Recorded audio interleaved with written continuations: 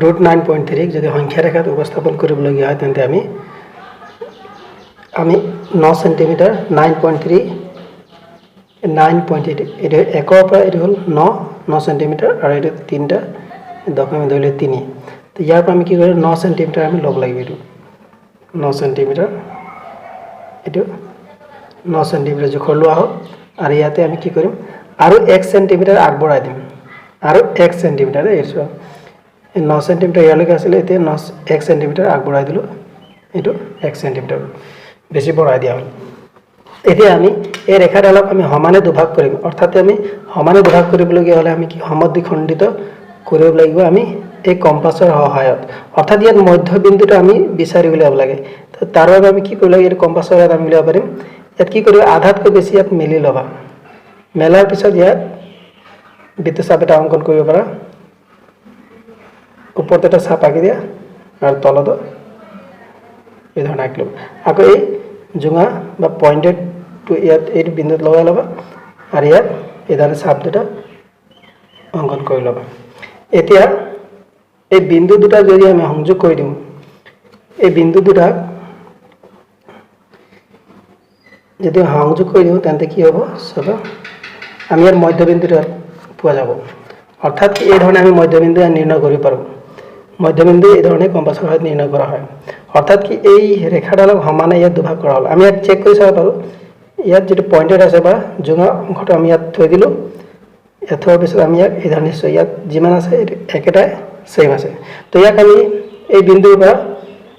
আমি কি কৰিম এটা চাপ অংকন কৰিম অৰ্থাৎ কি অৰ্ধবৃত্ত এটা ইয়াত গঠন হৈ গ'ল এতিয়া এটা অৰ্ধবৃত্ত গঠন হোৱাৰ পিছত আমি যেটো ইয়াত প্ৰথমতে এটা কাম কৰো নাম দি দিও এটা হল মই এটি লিখি দিছো এটা হল এ বিন্দু এটো বি বিন্দু 9.3 লৈকে আছিল এটা হল সি বিন্দু এতিয়া বি বিন্দুৰ পৰা আমি কি কৰিম এটা লম্ব আকৌ অংকন কৰিম এই বি বিন্দুৰ পৰা ষ্ট্ৰেট লম্ব এই বি বিন্দুৰ পৰা এনেকৈ ষ্ট্ৰেট এটো তোমালোকে কোনমান যন্ত্ৰৰ সহায়ত কৰিব পাৰিবা মই ডাইৰেক্ট স্কেলৰ সহায়ত কৰি দিলো ষ্ট্ৰেট হ'ব লাগিব কিন্তু 90 ডিগ্ৰী ষ্ট্ৰেট এই ধৰণে ষ্ট্ৰেট কৰি লবা এতিয়া আমি ইয়াৰ নাম দিব পাৰো এটো নাম হ'ব বি এটা দি দিলো আৰু এই যেটো মূল বিন্দু আছিল ও বুলি দিলো এতিয়া চোৱা বিশেষ ইয়াত কৰিবলৈ একো নাই এই ধৰণে অংকন কৰাৰ পিছত আমি এ ৰ পৰা বি লৈকে পাইছিল 9.3 এ ৰ পৰা 9.3 পাইছিলে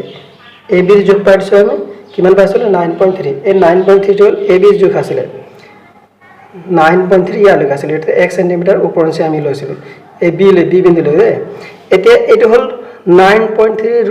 সেন্টিমিটাৰ ইয়াৰ দৈৰ্ঘ্যটো 9.3 এটা এটো বি আৰু পি এই বিন্দুত বি আৰু পি বিন্দু অৰ্থাৎ কি যে সংযোগ কৰাৰ পিছত যি এডাল ৰেখা আমি অংকন কৰিলো এই ৰেখাটোৱে হ'ব তোমাৰ √9.3 ৰেখাডাল হ'ব কি √9.3 অৰ্থাৎ এই ৰেখাডাল চোৱা যিমান দীঘল আছে ইয়াক আমি এক প্ৰকাৰ ক'ব গ'লে ইয়াক আমি ধৰি লৈ এনেকৈ জুখি ললো এই জুখাৰ পিছত এই যিমান মাপ আছে এইয়া চোৱা একটা হ'ল অৰ্থাৎ কি এইটো ব্যাসাৰ্ধ ধৰিলে এইটো ব্যাসাৰ্ধ যিমান দীঘল আছে এইফালে কি ব্যাসাৰ্ধ টাইলে একটা ব্যাসাৰ্ধ তো ইয়াৰ পৰা আমি কি কৰে আকৌ এটা বৃত্তচাপ অংকন কৰিছো আছে একে দৈৰ্ঘ্যৰ হ'ল এতিয়া এই লাইনটো আমি যদি ইয়াত অলপ আগবঢ়াই দিও তেন্তে এটি হ'ব এই বিন্দুটো চোৱা এই বিন্দুটি হল আমাৰ নিৰ্ণয় কৰিবলগীয়া √9.3 বিন্দু অৰ্থাৎ কি ইয়াত আমি এটা নাম দি দিও ইয়াক ডি বিন্দু বুলি দি দিও এ বি সি ডি বিন্দু হল চোৱা অৰ্থাৎ কি এই বিডি ৰেখাডালে হল কি √9.3 আর আমি কেনে গম পালো এটা দেখছো বি বিন্দুর যদি আমি মধ্যবিন্দু লওঁ এই ধৰণে যদি বি বিন্দুৰ আমি মধ্যবিন্দু লওঁ তেন্তে এটিকে ব্যাসাৰ্ধ হ'ব তাহলে এটা গোল হৈ গ'ল না এনেকা গোল এটা বৃত্ত হৈ যাব বৃত্তৰ এটি তেন্তে কি হবে এটা বিপিটো যদি ব্যাসাৰ্ধ হয় তেন্তে বিডি এটা ব্যাসাৰ্ধ হ'ব আৰু ব্যাসাৰ্ধ মাপটো ইয়াৰ মাপটো যিমান হ'ব বিপিৰ মাপ যিমান যোগ হ'ব এই বিডিও একেটা হ'ব অৰ্থাৎ কি আমি এইটো যদি সংখ্যা ৰেখা বুলি ধৰি লওঁ এই লাইনটোক যদি আমি সংখ্যা ৰেখা ধৰোঁ এইটো যদি আমি সংখ্যা ৰেখা ধৰোঁ তেন্তে এই ডি বিন্দুটো হ'ব √9.3 তো তোমালোকে প্ৰদৰ্শন কৰিবলগীয়া ইমানে হয় কিন্তু ইয়াত যদি প্ৰমাণ কৰি বিচৰা √9.3 হ'ল কেনেকৈ ইয়াতো ৰুট নাছিলে 9.3 সেন্টিমিটাৰ আছিলে তো √9.3 অৰ্থাৎ ইয়াতকৈ এইটো কম তো কেনেকৈ প্ৰমাণ কৰিবা অৰ্থাৎ কি বিডিৰ মাপটো 9.3 যে আছে কেনেকৈ ইয়াত প্ৰমাণ কৰিবলগীয়া হ'লে সাধাৰণতে তোমালোকে কি পৰীক্ষাত এইটো প্ৰমাণ কৰিবলৈ আহিব তথাপি তোমালোকে বুজিবৰ কাৰণে মই প্ৰমাণ কৰি দেখাই দিম এতিয়া প্ৰথমতে আমি কি কৰিম চোৱা প্ৰমাণ কৰিবলগীয়া হ'লে ইয়াত প্ৰথমতে আমি কি কৰিম এই ও আৰু পি ইয়াক সংযোগ কৰি দিওঁ ও আৰু পি সংযোগ কৰি দিওঁ এটা সংযোগ কৰি দিলে তেতিয়া কি গঠন হ'ব চোৱাচোন ও আৰু পি যদি মই সংযোগ কৰি দিলোঁ তেতিয়া কি গঠন হ'ল ও বি পি এটা ত্ৰিভুজ গঠন হ'ল ও বি পি এটা ত্ৰিভুজ আৰু এই ত্ৰিভুজটো কি হ'ল যেহেতু এইটো লম্ব আছিল গতিকে 90 ডিগ্ৰী অৰ্থাৎ এটা সমকোণী ত্ৰিভুজ এইটো গঠন হ'ল সমকোণী ত্ৰিভুজৰ গঠন হোৱাৰ পিছত এতিয়া আমি ইয়াত কি কৰে প্ৰতিটো বাহুৰ এতিয়া আমি যোগটো চাওঁচোন কাৰ কোনটো বাহুৰ কিমান দিয়া আছে ইয়াত ও বি তিনিটা বাহু চাওঁ ও বি এই ও বি পি সমকোণী ত্ৰিভুজত ও বি বাহুৰ মাপ বি পি আৰু ও পি বাহুৰ মাপ এই তিনিটা বাহুৰ ভিতৰত কাৰ কাৰ মাপ দিয়া আছে আমাক নিৰ্ণয় কৰিবলগীয়া হয় বি পি এইটো √9.3 যদি আমি নিৰ্ণয় কৰিব পাৰোঁ তেন্তে এইটো হৈ যাব এতিয়া আমি কি কৰিম চোৱা ও পিৰ মাপ আৰু ও বিৰ মাপ প্ৰথমতে আমি ওলাই লওঁ ফাৰ্ষ্ট যিটো দিয়া আছিলে ধৰি লোৱা √9.3 কিমান হয় এৰ পৰা বি বিন্দুলৈকে এ বি ৰেখাডাল এই যি এ বি ৰেখাডাল আমি প্ৰথমতে জুখিছিলোঁ এইটো এ বি ৰেখাডাল আমি বেলেগ কলম লিখিলোঁ এই এ বিৰ মাপটো কিমান পাইছিলোঁ এ বিৰ মাপ পাইছিলোঁ চোৱা এ বিৰ মাপটো পাইছিলোঁ আমি 9.3 এ বিৰ মাপ 9.3 তেন্তে এ চি এই এ চিট আৰু এ চিটো পাম আমি এই টোটেল এ পৰা চি লৈকে এ চিট কেনেকৈ হ'ব এই এ বি আৰু বি চি এ বি আৰু বি চিৰ যোগফল হ'ল এ চি এ বি আৰু বি চি আকৌ কথাটো বুজি লোৱা এইটো ডাঙৰ এইটো ৰেখাডাল কি টোটেল হ'ল এ চি তো ইয়াৰ টোটেল যোগ কি হয় এ বি আৰু বি চিৰ যোগফলটো হ'ল এ চি তো ইয়াক আমি এনেকৈ লিখিব পাৰোঁ এ বিৰ মাপ কিমান অলৰেডি ওপৰত দিয়া আছে এ বি মানে কি 9.3 প্লাছ বি চিৰ মাপ কিমান আমি কৈছিলোঁ 1 একক এইটো 1 একক আছিলে 1 একক তো বি চিৰ মাপটো কি হয় 1 একক এইটো যোগ কৰি দিয়াচোন যোগ কৰাৰ পিছত কি বুলি পাবা 9 আৰু 1 কিমান হ'ল 10 অৰ্থাৎ কি 10.3 গতিকে কি বুলি পালা এ চি ইকুৱেল কি পালা 10.3 এ বিটো পালা এই এ বি পালা 9.3 আৰু এ চি পালা 10.3 একক হ'ল এ বি আৰু এ চি আমি নিৰ্ণয় কৰোঁ এতিয়া আমি এই ত্ৰিভুজটোৰ ও বি পি ত্ৰিভুজত প্ৰতিটো বাহুৰ ক্ষেত্ৰত আমি চাওঁচোন এতিয়া চোৱা ও চি আৰু ও পি এই দুডাল বাহু এই বাহু দুডাল কি হয় সমান এই দুডাল বাহু কি হ'ব সমান হ'ব কিয় সমান হ'ব চোৱা মই ইয়াত আকৌ কম্পাছৰ সহায়ত দেখাই দিছোঁ তোমালোকক এই বিন্দুটো ইয়াত থলোঁ আৰু ইয়াত চোৱা এইটো আমি এটা বৃত্তচাপ অংকন কৰিছিলোঁ চোৱা ও পি যিমান দীঘল আছে ও পি যিমান দীঘল ও চি একেটাই বা ও চি যিমান দীঘল আৰু ও পি একেটাই তো ও চি আৰু ও পি আমি সমান পালোঁ এতিয়া ও পিৰ মাপটো নিৰ্ণয় কৰিবলগীয়া হ'লে এইটো ও পিৰ মাপটো নিৰ্ণয় কৰিবলৈ আমি ও চিটো জানিব লাগিব অৰ্থাৎ ও চিটো কি হ'ল ব্যাসাৰ্ধ পালোঁ ব্যাসাৰ্ধ কোনটো বৃত্তৰ এই ডাঙৰ বৃত্তৰ এটা কি হয় ব্যাসাৰ্ধ তো ডাঙৰ বৃত্তৰ এইটো ব্যাস আছিলে এ চিটো ব্যাস আছিলে টোটেল কিমান আছিলে টোটেল এৰ পৰা চি লৈকে আছিলে আমি কিমান পাইছিলোঁ এ চি ইকুৱেল 10.3 পাইছিলোঁ এ চিৰ মাপটো 10.3 তো ইয়াৰ আধাটো কি হয় ও চি হ'ব বা এ বি ব্যাসটো যদি 10.3 হয় তেন্তে ব্যাসাৰ্ধ ইয়াৰ আধা হ'ব তো ব্যাসাৰ্ধ মানে কোনটো লওঁ ও পি আমাক ও পি লাগে এইটো ও পি ও চি বা ও পি একেটাই ও পি ইকুৱেল চাওঁচোন ও পিটো কি হয় ব্যাসাৰ্ধ তো ব্যাসাৰ্ধটো কি হয় ব্যাসৰ আধা ব্যাস মানে কি টোটেল এইটো এ চি ডিভাইডেড বাই 2 এ চিটো কিমান পাইছিলোঁ ওপৰত চাব পাৰে এ চি কে 10.3 AC মানে কি 10.3 আর 2 2 2 অর্থাৎ কি হয় এই 10.3 আধা 10.3 আধা মানে কিমান লিখিব পাৰো আমি যদি হৰণ কৰা 10.3 2 ৰে যদি ডিভাইড কৰা তেন্তে তোমালোকে পাবা 5.15 অর্থাৎ কি পালা এক যদি হরণ করা ধরলে 10 টাকা 30 পয়সা 10 টাকা 30 পয়সার আধাটি কি হবে 5 টাকা 15 পয়সা তেনেকে বুঝলে হ'ব অর্থাৎ কি ওপি কিমান পালা এই ওপিটি কিমান পালা তোমালোকে 5.15 এই ওপিটি পালা 5. দেখাইছো ওপিটি পালা 5.15 তো ওপিটি আমি এটা হাইলাইট কৰি দিম ওপিটো একাবে ওপিটি পালো 5.15 আর এটা এই ত্রিভুজ সমকেন্দ্রের ওপির বাহু মাপ পালো 5.15 তেন্তে ওসিটো 5.15 হ'ব অর্থাৎ কি হয় এটা আমি নির্ণয় কৰিব লাগিব এই বাহুডাল এই বাহুটো হৈ গল এই বাহুটো কিমান পালো আমি 5.15 এতিয়া ওবির মাপ আমি নির্ণয় কৰিম ওবি ওবি বাহুৰ মাপ নিৰ্ণয় কৰিবলগীয়া হলে আমি টোটাল ওসিৰ পৰা বিসিটো বিয়োগ কৰি দিম টোটাল ওসি টোটাল সোয়া এই ওবিটো ইয়াত আছে না ইয়ালৈকে ওসিৰ পৰা ওবিটো ওসিৰ পৰা বিসিটো বিয়োগ কৰি দিম টোটাল কিমান হয় ওসিৰ পৰা বিসিটো বিয়োগ কৰি দিয়া ওসিৰ পৰা বিসিটো বিয়োগ কৰি দিয়া তো ওসিৰ মাপ কিমান পাইছিলো ওসি সোয়া ওসি আর ওপি যেহেতু একেটা হয় দেখাতে নয় তো ওসির মাপটো কিমান পালো আমি ওপি যদি 5.15 হয়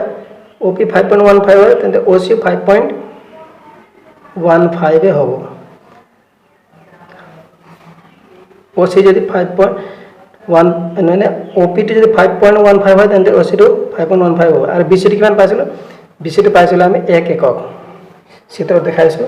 বিসিটো 1 একক আছে বিসিটো 1 একক এটি আমি 1 সেন্টিমিটার বঢ়াই দিছিল 1 একক এতিয়া এক বিয়োগ কৰিছো আছে 5.15 এৰ পৰা 1 বিয়োগ অৰ্থাৎ 5 এৰ পৰা 1 যদি বিয়োগ কৰা হয় তেন্তে কিমান হ'ব 4 আৰু 15 to 15 এতিয়া ওবি ইকুয়াল আমি পাই গলো ওবি ইকুয়াল কিমান পালো ওবি ইকুয়াল পালো এটা এককটো লিখি দিও সো ওপি বাহু পালো আৰু ওবি বাহু পালো এই ত্ৰিভুজটোৰ ওপি আৰু ওবি বাহুৰ মাপ পালো এতিয়া আমাক কি নিৰ্ণয় কৰিব লাগে বিপি বাহুৰ এই বিপি বাহুৰ মাপটো নিৰ্ণয় কৰিবলগীয়া হলে আমি তো ইয়াত লিখি থৈ দিম বিপি ইকুয়াল আমি এতিয়া নিৰ্ণয় কৰিম এটা কোনটো সূত্ৰৰ যোগেদি কৰিম পাইথাগোৰাছৰ সূত্ৰৰ যোগেদি যেটো সমকোণ ত্ৰিভুজ আছে এতিয়া আমি কি কৰিম ইয়াত পাইথাগোৰাছৰ উপপাদ্য অনুবা উপপাদ্য মতে পাইথাগোৰাসৰ উপপাদ্য মতে আমি এতিয়া কি কৰিম বিপি বাহুৰ মাপ নিৰ্ণয় কৰিম অৰ্থাৎ কি এই বাহুটোৰ মাপ নিৰ্ণয় কৰিম তো পাইথাগোৰাসৰ উপপাদ্য মতে কি হয় অতিভুজটো যেটো আটাইতকৈ দীঘল বাহু 90 ডিগ্ৰী এতে সমকোণৰ বিপৰীত বাহুটো আটাইতকৈ দীঘল বাহু হয় এটা সমকোণৰ বিপৰীত বাহুটো কি আছে ওপি এতিয়া ওপি স্কয়ার ওপি স্কয়ার ইকুয়াল কি ওবি প্লাস বিপি এটা অতিভুজ সমান ভূমিযোগ লম্ব অর্থাৎ অতিভুজটি কি হয় ওপি স্কয়ার আর ভূমি কি হয় ওবি স্কয়ার প্লাস আর লম্ব কি হয় বিপি স্কয়ার এতিয়া ফার্স্টত আমি চাই লওঁ ওপিৰ মানটো দিয়া আছে নাই ওপিৰ মানটো ইয়াত চাওঁচোন ওপিৰ মানটো ইয়াত চাই লওঁ ওপিৰ মানটো আমি পাইছিলো 5.15 ওপিৰ মানটো কি আছিল 5.15 আৰ ইয়াক স্কয়াৰ কৰি দিও আৰ ওবিৰ মান পাইছিলো আমি 4.15 আৰ বিপিৰ মানটো পোৱা নাই বিপি তো নিৰ্ণয় কৰিব লাগিব বিপি স্কয়াৰ এধান থৈ দিলো সো এইবোৰৰ মান আমি তলত বহাই দিলো এতিয়া কি কৰিব লাগিব এই দুটা সংখ্যা একে সাইডত থওঁ অৰ্থাৎ কি এটো স্কয়াৰটো এটো প্ৰথম লিখিলো এই দ্বিতীয় যেটি হোফালৰ যেটো আছে হোফালৰ পক্ষান্তৰকে বাওঁফাল লৈ আহো প্লাসত থকাটো কি কৰিলো 4.15 টো মাইনাসত আনি ললো প্লাস আসলে মাইনাস হৈ গল বাকি ইফালে হোফাল যি আছিল বিপি স্কয়ার থাকক অর্থাৎ কি সরি পক্ষান্তৰকে লৈ সল আহি গল এতিয়া কি কোনটো ইয়াত আৰ্হি দেখিছে চোৱাচোন ইয়াত স্কোৱাৰ স্কোৱাৰ অৰ্থাৎ মাইনাছ আছে মাজত অৰ্থাৎ a square minus b square আৰ্হিত আছে a square minus b square আৰ্হিত আছে a square minus b square মানে ইয়াত কি হয় তোমালোকৰ সূত্ৰ মুখস্থ আছে না a square minus b square এটো কি হয় a plus b into a minus b a square minus b square মানে কি হয় a plus b into a minus b অৰ্থাৎ কি হয় এটো a ধৰি লাগে এটো b ধৰি লাগে ইয়াক যদি a ধৰি 5.15 এটো a হৈ গল সরি এটো কাটি দিম a প্লাস b b মানে এটো a প্লাস b এর ফর্মত এতে a plus b into a minus b মানে সেম লিখা এটো 5.15 আর মাইনাস লিখি দিয়া 4.15 এটো লিখি a plus b into a minus b ফর্মত এতে bp স্কয়ার হিপেলে আছে এই ধরন লিখো এতে ইয়াক আমি যোগ কৰিছো সোয়া 5.15 অর্থাৎ 5 টাকা 15 পয়সা আর 60 টাকা 15 পয়সা তো 5 টাকা 60 টাকা 9 টাকা হয়ে গেল তো 15 15 30 অর্থাৎ কি 3 ধরিলো এই দুটার যোগ করলে মান হবে আকসা এটা বিয়োগ কৰিব লাগিব 5 আর 4 গলে কি মান হবে 1 হবে 15 15 বেশি গলে কি হবে শূন্য অর্থাৎ কি 1 হল